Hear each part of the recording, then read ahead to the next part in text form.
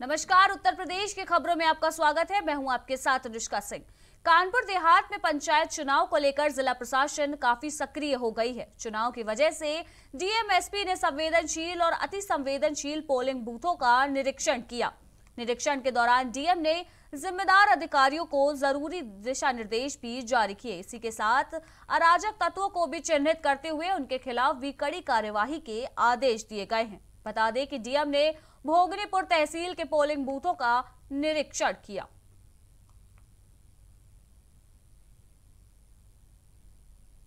तो कानपुर देहात में आज डीएम ने पोलिंग बूथों का निरीक्षण किया है। आपको बता दें कि आगामी पंचायत चुनावों को लेकर फिलहाल पुलिस प्रशासन सख्ती बरते हुए है, जिसके चलते आज पोलिंग बूथों का निरीक्षण किया गया। वहीं इन पोलिंग बूथों में संवेदनशील और अति संवेदनशील पोलिंग बूथ शामिल थे। वहीं इसी कड़ी में अराजक तत्वों के खिलाफ भी कार्यवाही के दिशा निर्देश जारी किए गए।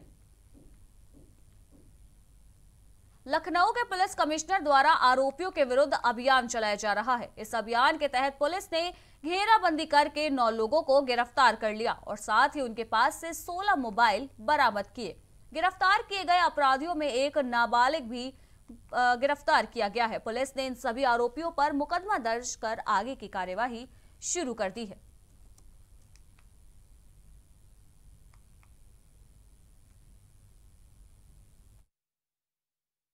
मोबाइल दूसरे आदमियों को और दुकानदारों को बेचने में लिप्त। इनके साथ शमशाद और रफीक ये भी शामिल रहे हैं। इनके पास से 16 मोबाइल बरामद किया गया है। जो 3 मोबाइल हमारे यहाँ मड़ियाँव थाने की हिम्मत में वांछित थे और बाकी 3 भी ट्रैक्स कर लिया गया है, जिनके वादी यहाँ पे आए हुए हैं और उनके पास से भी मोबाइल स्नैचिंग हुई थी।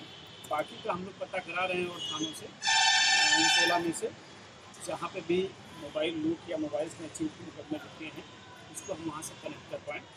और उनके क्रिमिनल हिस्ट्री के बारे में भी हम लोग पता करा रहे हैं और थानों में, और जैसे ही क्रिमिनल हिस्ट्री के बारे में औरैया के अयाना थाना क्षेत्र के अंतर्गत गेहूं के खेत में आग लग गई। आग लगने से इलाके में हड़कंप मच गया।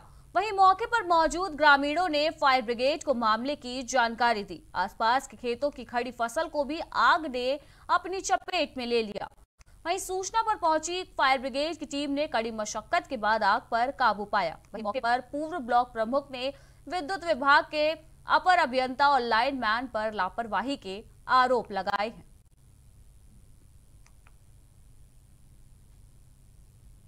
औरैया में आज आग का ये मामला सामने आया है, जहां आज कई बीघा गेहूं की फसल आग से जलकर राख हो गई। वहीं आग की चपेट में आकर कई किसानों की फसल जलकर राख हो गई। वहीं पूर्व ब्लॉक प्रमुख ने विद्युत विभाग पर लापरवाही के आरोप लगाए हैं। उनका कहना है कि विद्युत विभाग की लापरवाही के चलते किसानों की फसलों को नुकसान पहुंचा है।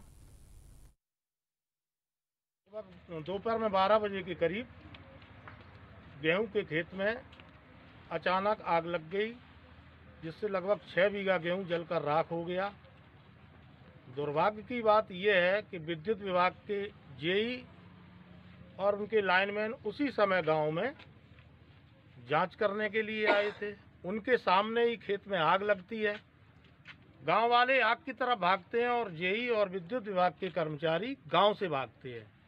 बड़ा ही शर्म का विषय है विद्युत विभाग के लिए कि उनके कर्मचारी गांव में आग लगती है तो उनकी मदद करने के बजाय। बस्ती के छावनी थाना क्षेत्र के बघनगावा में चुनावी रंजिश को लेकर सत्तारूढ़ दल ने दोनों पक्षों में जमकर मारपीट हो गई। मारपीट का वीडियो फिलहाल सोशल मीडिया पर जमकर वायरल हो रहा है। वहीं घटना के बाद 2 लोगों की हालत गंभीर बताई जा रही है। फिलहाल घायलों का इलाज अस्पताल में चल रहा है। दोनों की तहरीर पर कई लोगों के खिलाफ मुकदमे दर्ज कर लिए गए हैं। मारपीट के आरोप में 5 लोगों को पुलिस ने फिलहाल गिरफ्तार करके जेल भेज दिया है। तो बस्ती में आज ये मारपीट का मामला सामने आया, जहां 2 पक्षों में मारपीट हुई, जिसके बाद इस मारपीट में कई लोग घायल बताए गए।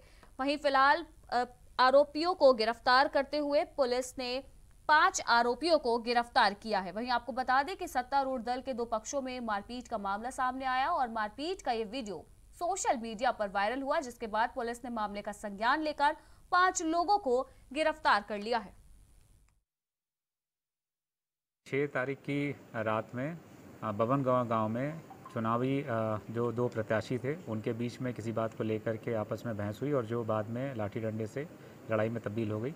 इस संबंध में एक पक्ष के 2 लोग काफ़ी घायल हो गए, जिनका इलाज जिला अस्पताल में चल रहा है, लेकिन वो खतरे से बाहर हैं। उनके ऊपर लगातार डॉक्टर नज़र रखे हुए हैं। ये सूचना प्राप्त होने पर फौरन ही छावनी पुलिस वहाँ बबनगांव गाँव पहुँची और उच्च अधिकारी वहाँ मौके पर पहुँचे और वादी की तहरीर के आधार पर मुकदमा पंजीकृत कर लिया गया और इस संबंध में 3 लोगों को गिरफ्तार करके जेल भेज दिया गया है। अन्य 2 लोगों को गिरफ्तार करके लखनऊ की आलमबाग पुलिस को बड़ी सफलता हाथ लगी है। पुलिस ने 3 शातिर लुटेरों को गिरफ्तार कर लिया है। राहगीरों से स्नैचिंग की घटना को अंजाम देने वाले 3 शातिर बदमाशों को पुलिस ने गिरफ्तार कर लिया है। लुटेरों के पास से 3000 नकद और एक स्मार्टफोन भी बरामद किया गया है।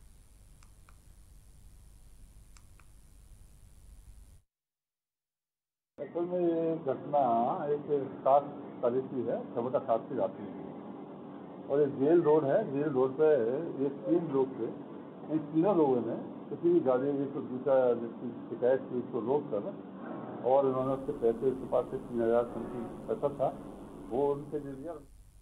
सोनभद्र पुलिस को बड़ी सफलता हाथ लगी है। सोनभद्र के रायपुर थाना क्षेत्र के रैनी गांव में हुई हत्या का पुलिस ने खुलासा कर दिया है। बता दें कि 29 मार्च होली वाले दिन एक युवक की धारदार हथियार से हत्या कर दी गई थी। वहीं उसका स्क्वाड टीम, एसओजी और पुलिस टीम ने संयुक्त रूप से मामले की जांच कर मामले का खुलासा किया है। बता दें कि पत्नी ने अपने प्रेमी के साथ मिलकर अपने पति को कुल्हाड़ी से काट कर उसकी हत्या कर दी। हत्या में इस्तेमाल हथियार कुल्हाड़ी, मोटरसाइकिल और 2 मोबाइल के साथ मृतक की पत्नी समेत 2 लोगों को पुलिस ने गिरफ्तार कर लिया है।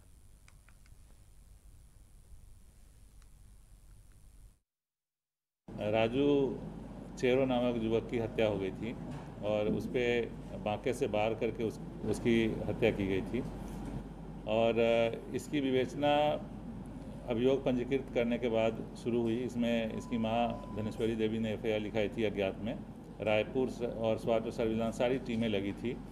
अब कल इसमें गिरफ्तारी हुई है और इसमें जो मृतक है उसकी पत्नी संगीता जीरानी और उसका प्रेमी बाबूलाल यादव जो भभुआ बिहार का रहने वाला है, इनकी गिरफ्तारी हुई है और इनके निशानदेही पे हत्या में प्रयुक्त आला कत्ल जो टेंगारी है उसको बरामद कर लिया गया है और घटना के दौरान प्रयुक्त एक संभल में 16 वर्षीय युवती के साथ दुष्कर्म का मामला सामने आया है। आरोप पड़ोस के ही एक युवक पर लगाया गया है, जिसने घर में अकेली युवती को अपनी हवस का शिकार बनाया। वहीं वारदात को अंजाम देकर आरोपी मौके से फरार हो गया।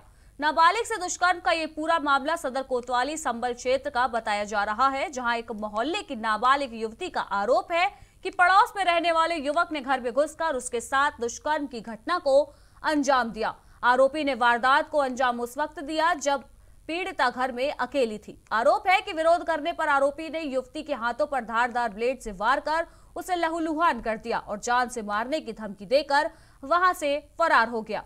फिलहाल परिजन पीड़िता को लेकर थाने पहुंचे हैं और आरोपी के खिलाफ नामजद तहरीर दी गई है। संभल में आज ये हैवानियत का मामला सामने आया, जहां एक नाबालिग को पड़ोस में ही रहने वाले युवक ने अपनी हवस का शिकार बना लिया। आपको बता दें कि यह घटना उस वक्त घटित हुई जब पीड़िता अपने घर पर अकेली थी। वहीं आरोपी ने घटना को अंजाम देने के बाद नाबालिग को लहूलुहान करके मौके से फरार हो गया। फिलहाल पुलिस को मामले की सूचना दे दी गई है। पुलिस ने नामजद मामला दर्ज करते हुए आरोपियों की तलाश शुरू कर दी है। ये थाना कोतवाली संभल पर एक नाबालिग युवती जिसकी उम्र लगभग 16 वर्ष है के साथ उसी के ही एक पड़ोसी सजातीय युवक द्वारा घर में घुसकर बलात्कार किए जाने की सूचना प्राप्त हुई है। सूचना के आधार पर थाना कोतवाली संभल पर अपराध संख्या 142/2021 अंतर्गत धारा 376, 452, 324, 506 व 120 IPC व 7/8 पॉस्को एक्ट के अंतर्गत अभियोग पंजीकृत किया गया है। इसमें नामित अभियुक्त हाशिम सनफ बदरुल जो कि मियां सराय संभल का रहने वाला है, उसकी गिरफ्तारी हेतु गाजीपुर में सैदपुर यूनियन बैंक के ठीक सामने 2 दुकानों में चोरी हुई। दुकान में लोगों ने हजारों का सामान पर हाथ साफ कर दिया। चोरी की वारदात इलाके में लगे सीसीटीवी कैमरे में कैद हो गई। इस पूरे मामले में अब चौकी इंचार्ज ने घटना स्थल की घेराबंदी करते हुए जांच के आदेश दे दिए। तो गाजीपुर में आज ये चोरी का मामला सामने आया, जहां आज चोरों ने एक दुकान को अपना शिकार बनाया। वही मामला सीसीटीवी कैमरे में कैद हो गया है। अब पुलिस मामले की जांच में जुट गई है और सीसीटीवी फुटेज के आधार पर आरोपियों की तलाश की जा रही है। और इसी के साथ उत्तर प्रदेश की खबरों में इतना ही। देश दुनिया की बाकी की तमाम खबरों के लिए देखते रहिए प्राइम टीवी। नमस्कार।